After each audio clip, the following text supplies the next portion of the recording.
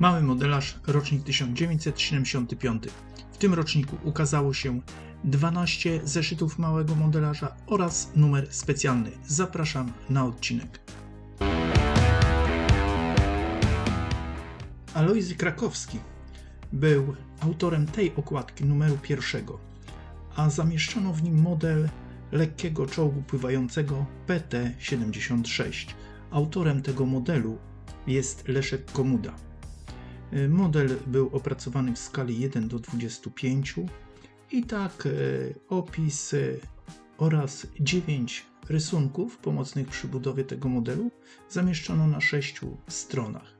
Tu widzimy nagłówek, co będzie w następnym numerze małego modelarza, a na 6 arkuszach zamieszczono części do wycięcia i sklejenia tego modelu.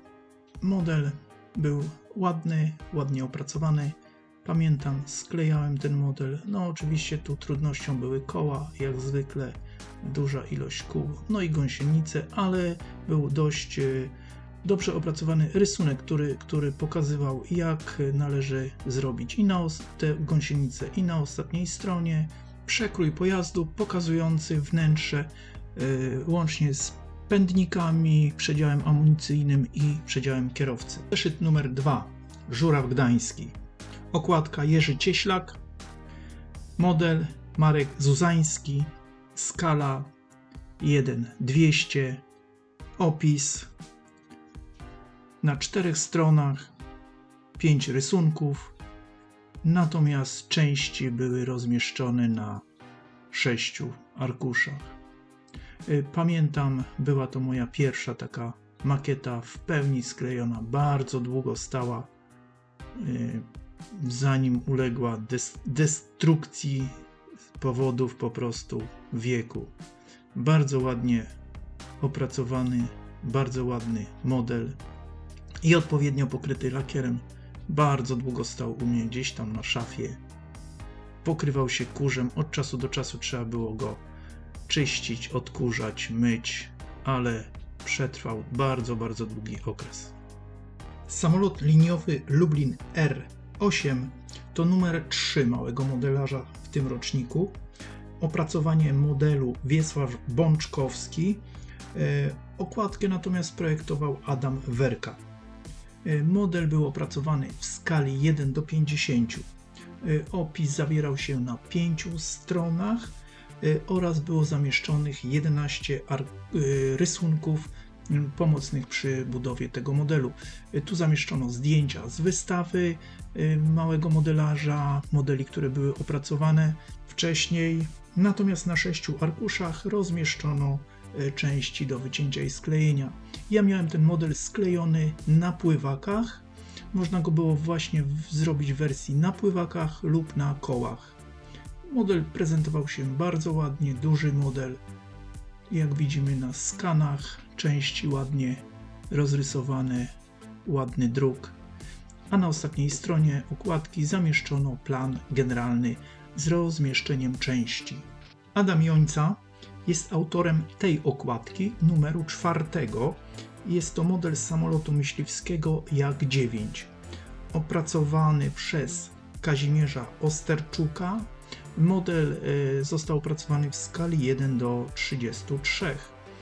I tak opis budowy tego modelu oraz historia samolotu zamieszczona była na 5 stronach oraz zamieszczono 16 rysunków pomocnych przy budowie tego modelu. Natomiast na 4 arkuszach zamieszczono części do wycięcia, uformowania i sklejenia tego ładnego samolotu. Pamiętam, też kleiłem, nie zrobiłem tylko z tego co pamiętam oszklenia, po prostu nie miałem takiej możliwości, a na ostatniej stronie okładki zamieszczono w 3 rzutach sylwetkę tego samolotu. 5. numer małego modelarza w tym roczniku to czołg T-34 wzór 85. Opracowany przez Bohdana Wasiaka. Okładka była również jego projektu. Model był w skali 1:25. Opis oraz historia tego czołgu opisana była na 5 stronach oraz zamieszczono 9 rysunków pomocnych przy budowie. Tu zamieszczono również, co będzie w następnym numerze małego modelarza. Na 7 arkuszach rozmieszczono części do wycięcia i sklejenia tego modelu. Również był przeze mnie klejony w tym okresie, w tym roczniku, co udało mi się kupić. W zasadzie wszystko sklejałem, każdy model. No i pamiętam, że ten czołg również sklejałem. Tu nawet były ogniwa pojedyncze, które należało skleić ze sobą i pamiętam, na gwoździkach robiłem te ogniwka. I na ostatniej stronie zamieszczono rysunek generalny, wykonawczy oraz z rozmieszczeniem części.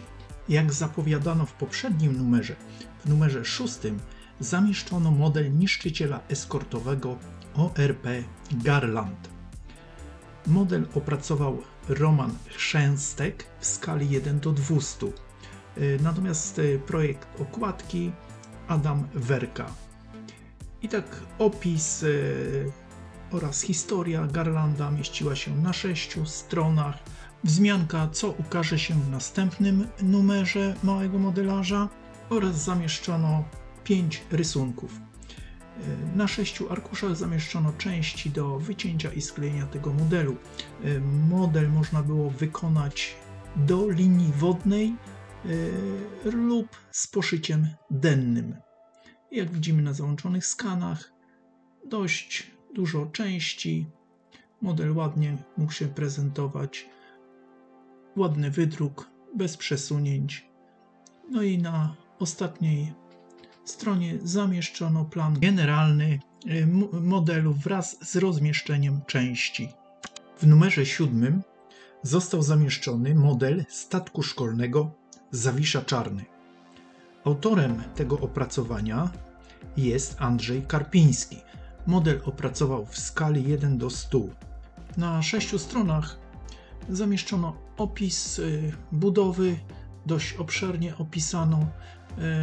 Ze względu na małą ilość rysunków, tylko 3, jeden rysunek zestawień olinowania i żagli oraz zamieszczono zdjęcia wykonanego już modelu. Natomiast na 9 arkuszach zamieszczono części do wycięcia i uformowania i sklejenia tego modelu. Model na pewno prezentował się bardzo ładnie, w ładnych kolorach, tak jak oryginał, białe, żółte pokłady, odwzorowanie pokładów, czyli desek na pokładzie. I jak widzimy na zamieszczonych skanach, grafika bardzo ładna, bez przesunięć. Oczywiście żagle rozrysowane z jednej strony tylko, no i tu należało albo samodzielnie wykonać, albo wzorować się na tych, które były na zamieszczonych rysunkach. No i ostatnia strona okładki, czyli rzut. Projekt okładki Adam Werka. Autorem tej okładki jest Adam Jońca. Numer 8. Samolot myśliwski MiG-21. Jest to model opracowany przez Leszka Komudę w skali 1:33 i na 6 stronach zamieszczono dość obszerny opis tego modelu oraz 10 rysunków. Na 6 arkuszach były zamieszczone części do wycięcia i sklejenia tego modelu. Model można było skleić w 2 wersjach, wersji jednomiejscowej oraz wersji dwumiejscowej szkolnej UT. Kolory, jak widzimy, wtedy nie było koloru srebrnego drukowanego, był to taki dziwny kolor. Pamiętam, miałem też ten model sklejony i on w takim kolorze niezbyt przypominającym srebrny. I ostatnia strona, żółty właśnie zdjęcia tego samolotu. W numerze 8 zamieszczono kolejki EN-80 i EN-94. Były to tak zwane warszawskie koleje dojazdowe. Te modele opracował Tadeusz Dąbrowski, oczywiście w skali 1,87, czyli w popularnej skali H0. Natomiast okładkę zaprojektował Alojzy Krakowski. Opis był zamieszczony na 6 stronach z 18 rysunkami. Części były zamieszczone na 6 arkuszach. No i jak widzimy na skanach, były to bardzo fajnie opracowane modele, kolorowe, ładny druk, bez żadnych przesunięć. Modele opracowane w popularnej skali dla modelarzy kolejowych na pewno mogły ucieszyć modelarzy po wykonaniu. No i ostatnia strona, wykaz części. W numerze 10 zamieszczono japoński samolot myśliwski J-7W1 Shinden. Autorem tego modelu jest Bohdan Wasiak. Również okładka jest jego projektu. Model był opracowany w skali 1:33. Opis znajdował się na 4 stronach oraz 7 rysunków. Zamieszczono również 2 zdjęcia wykonanego modelu bez wyciągniętego podwozia. Tu wykaz planów modelarskich, jakie się ukazały, i na 4 arkuszach zamieszczone były części do wycięcia, uformowania i sklejenia tego ładnego modelu. Niestety nie udało mi się kupić w tym okresie, nie miałem go sklejonego. No i tak przedstawiają się skany i ostatnia strona z wykazem części, rysunki w 3 rzutach. W numerze 10 ukazał się model wycieczkowego statku rzecznego Krakus. Autorem opracowania tego modelu był Andrzej Karpiński. Okładkę projektował Adam Werka. Model był opracowany w skali 1:100. Opis był zamieszczony na 6 stronach wraz z 5 rysunkami. Natomiast na 6 arkuszach były zamieszczone części do wycięcia i sklejenia tego modelu. Model, jak widzicie na skanach, jest ładnie rozrysowany, bez przesunięć. Miałem również sklejony ten model, naprawdę prezentował się bardzo ładnie. Był to wycieczkowy statek o napędzie boczno-kołowym, pływający głównie po rzekach. I na ostatniej stronie zamieszczony był rysunek z wykazem części. W numerze 12 ukazał się model śmigłowca konstrukcji polskiej BZ-4 Żuk. Model opracowany był przez Wiesława Bączkowskiego w skali 1:33. Opis budowy tego modelu rozmieszczony był na 6 stronach wraz z 4 rysunkami. Na 4 arkuszach zamieszczone były części do wycięcia i sklejenia tego modelu. Oczywiście problematyczna mogła być tu dla modelarza belka ogonowa, ponieważ ona była w oryginale i na modelu też konstrukcji ażurowej. Natomiast okładkę projektował Adam Werka. Na ostatniej stronie zamieszczone były rysunki z wykazem części tego modelu. Numerem specjalnym, który się ukazał w tym roczniku, był model Zamek Królewski w Warszawie. W opracowaniu pana Krzysztofa Wiesława Praweckiego. Model ten już był wcześniej, w latach 1971-1972, już publikowany na łamach Małego Modelarza przez tego samego autora. Tu wiele się nie zmieniło, może grafika podstawy była troszeczkę inna. Opis na 6 arkuszach, 11 rysunków, części na 10 arkuszach.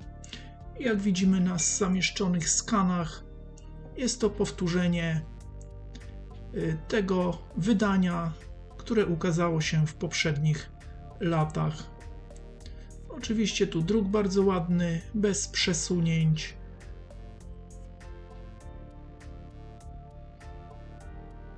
I jak mówiłem, podstawa troszeczkę inna kolorystyka. Mieściło się to na 4 arkuszach.